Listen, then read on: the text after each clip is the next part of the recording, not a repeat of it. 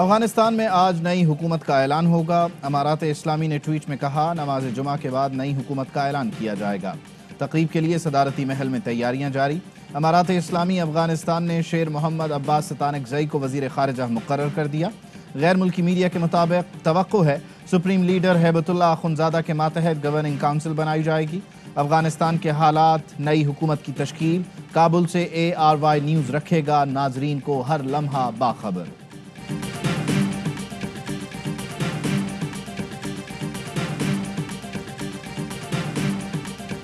احمد مسعود سے مذاکرات ناکام، پنجشیر میں لڑائی جاری۔ طالبان آخری مزاحمتی علاقے کا محاصرہ کر چکے، 10 مقامات پر قبضے کا دعویٰ۔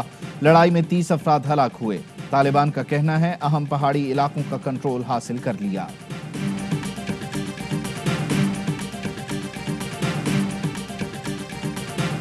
برطانوی وزیر خارجہ ڈومنک راب 2 روزہ سرکاری دورے پر اسلام آباد پہنچ گئے۔ وزیر خارجہ شاہ محمود قریشی سے افغانستان کی صورتحال پر گفتگو ہوگی۔ برطانوی وزیر خارجہ کا تورخم بارڈر کے دورے کا بھی امکان۔ ڈومنک راب وزیر اعظم اور آرمی چیف سے بھی ملاقات کریں گے۔ وزیر خارجہ شاہ محمود قریشی اور سلووینیا کے وزیر خارجہ کا ٹیلی فونک رابطہ، افغان صورتحال پر تبادلہ خیال۔ شاہ محمود قریشی کہتے ہیں افغانستان میں امن کا پورے خطے کو یکساں فائدہ ہوگا۔ عالمی برادری افغانوں کی معاونت یقینی بنانے کے لیے اقدامات کرے۔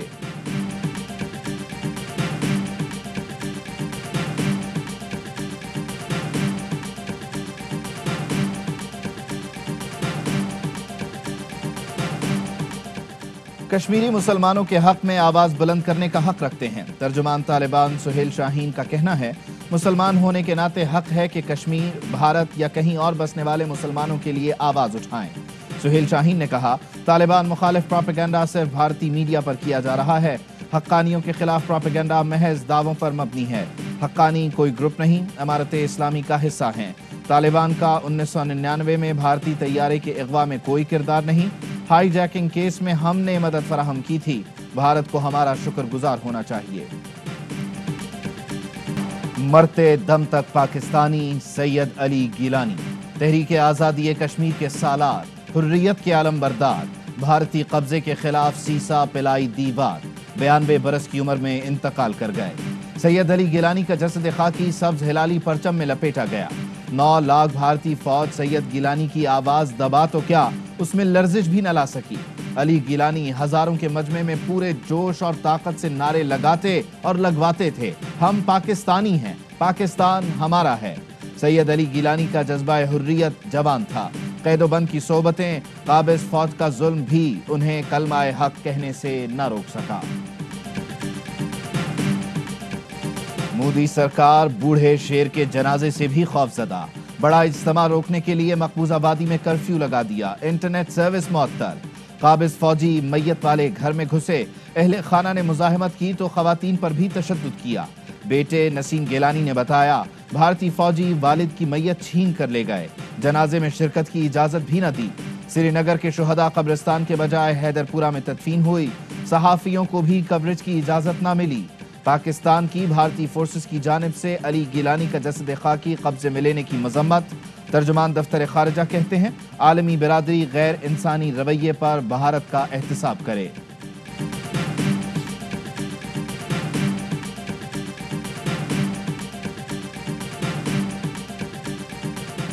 قائد حریت کے انتقال پر پاکستان میں سوگ، قومی پرچم سرنگوں رہا۔ قومی اسمبلی کے سبزہ زار پر غائبانہ نماز جنازہ ادا۔ صدر پاکستان، آزاد کشمیر کے صدر اور وزیر اعظم سمیت وفاقی وزراء کی شرکت۔ مختلف شہروں میں غائبانہ نماز جنازہ ادا کی گئی۔ فیصل مسجد میں نماز جمعہ کے بعد غائبانہ نماز جنازہ ادا کی جائے گی۔ وزیر اعظم کا عظیم کشمیری رہنما کو خراج عقیدت، کہا علی گیلانی کے الفاظ یاد ہیں، ہم پاکستانی ہیں اور پاکستان ہمارا ہے۔ علی گیلانی نے ساری زندگی حق خود ارادیت کے لیے جد و جہد کی، بھارتی ریاست کی قید و بند کی اذیتیں برداشت کی لیکن پرعزم رہے۔ Army chief general Qamar Javed Bajwa کا بھی حریت رہنما کے انتقال پر اظہار افسوس، کہا علی گیلانی نے پوری زندگی جد و جہد آزادی کے لیے صرف کی، ان کا خواب اور مشن کشمیریوں کے حق خود ارادیت تک زندہ رہے گا۔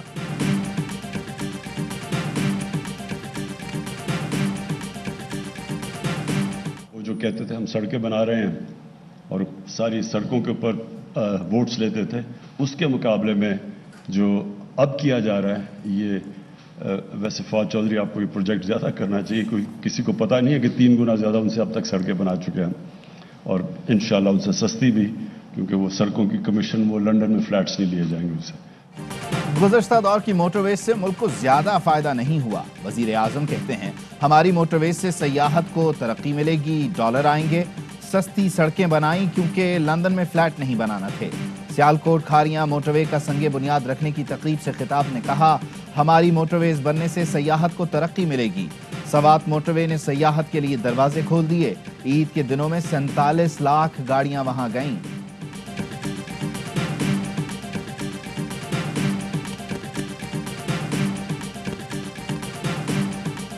میرا خیال ہے کہ ان کو واپس لانا چاہیے، پیپلز پارٹی اور ANP کو واپس لانا چاہیے، اور ایسے گولز کے ساتھ جو دونوں کے لیے ایکسیپٹیبل ہوں، اس کے لیے مارجن رکھ لیں، لیکن دروازے تو نہ بند کریں۔ یہ غیر سیاسی ایٹیچیوڈ ہے۔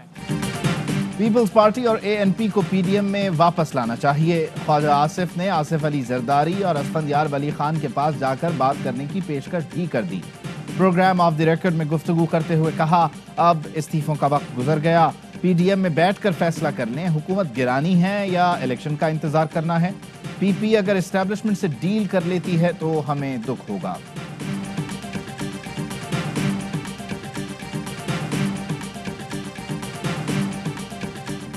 افغانستان میں ISI ملوث نہیں، بھارتی میڈیا واویلا مچا رہا ہے۔ بھارت میں صف ماتم بچھی ہوئی ہے، را کی ساری سرمایہ کاری ڈوب گئی۔ وزیر داخلہ شیخ رشید کہتے ہیں خطے میں کردار اہم ہونے جا رہا ہے، پاکستان اہم راہداری بنے گا۔ وزیر داخلہ کا خطرات کے پیش نظر چمن بارڈر بند کرنے کا بھی اعلان۔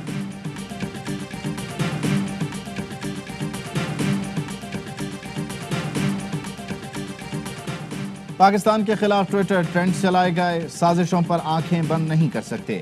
وفاقی وزیر فواد چودھری کہتے ہیں ٹرینڈ افغانستان سے چلایا گیا، سہولت کاری روک رہی تھی، میڈیا وار گیم چل رہی ہے، سی پیک کے خلاف آرٹیکل چھپتے ہیں مگر ہمارا موقف نہیں آتا۔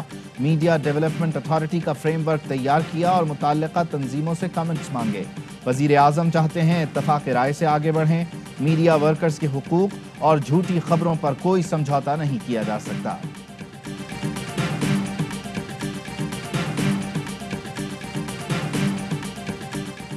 PMDA کا مسودہ قائمہ کمیٹی اطلاعات کے اجلاس میں پیش کیا جائے، مریم اورنگزیب کا مطالبہ۔ کہا سینئر صحافیوں سے فواد چودھری کے تضحیک آمیز رویے کی مذمت کرتے ہیں، کسی کو حق نہیں کہ وہ قائمہ کمیٹی میں کسی کی شرکت پر ڈکٹیشن دے۔ وزیر اطلاعات سینئر صحافیوں سے اپنے رویے پر معافی مانگیں۔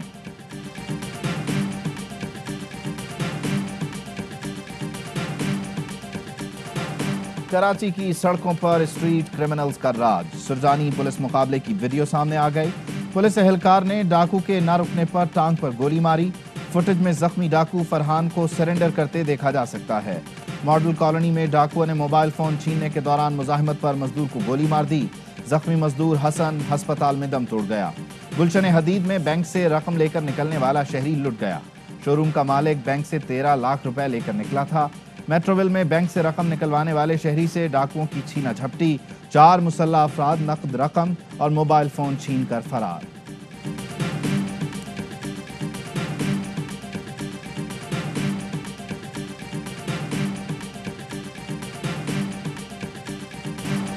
کراچی میں بادل برس پڑے، گرمی کی چھٹی، سائٹ ایریا ناظم آباد، نارتھ ناظم آباد، اورنگی، سرجانی اور حسن اسکوائر پر برسات۔ محکمہ موسمیات کی بارش کا سلسلہ وقفے سے جاری رہنے کی پیش گوئی۔ لاہور میں بھی کہیں ہلکی تو کہیں تیز بارش، گرمی کا زور ٹوٹا، موسم خوشگوار ہو گیا۔ بلوچستان کے پہلے منتخب وزیر اعلیٰ عطا اللہ مینگل 92 برس کی عمر میں انتقال کر گئے۔ ترجمان BNP مینگل کے مطابق بزرگ رہنما کئی دن سے علیل اور کراچی کے نجی ہسپتال میں زیر علاج تھے۔ پاکستان میں بھارتی کورونا کا تیزی سے پھیلاؤ، مریضوں کے ہسپتالوں میں داخل ہونے کے امکانات بڑھنے لگے۔ اسد عمر کا کہنا ہے SOPs پر عمل کریں، ویکسین لگوائیں۔ ملک میں کورونا کے مزید 89 مریض انتقال کر گئے، 4103 نئے کیس رپورٹ۔ مشیر برائے تجارت عبدالرزاق داؤد بھی کورونا میں مبتلا۔ کورونا کے باعث سندھ میں 5 لاکھ بچوں نے سرکاری اسکولز کو خیر بات کہہ دیا۔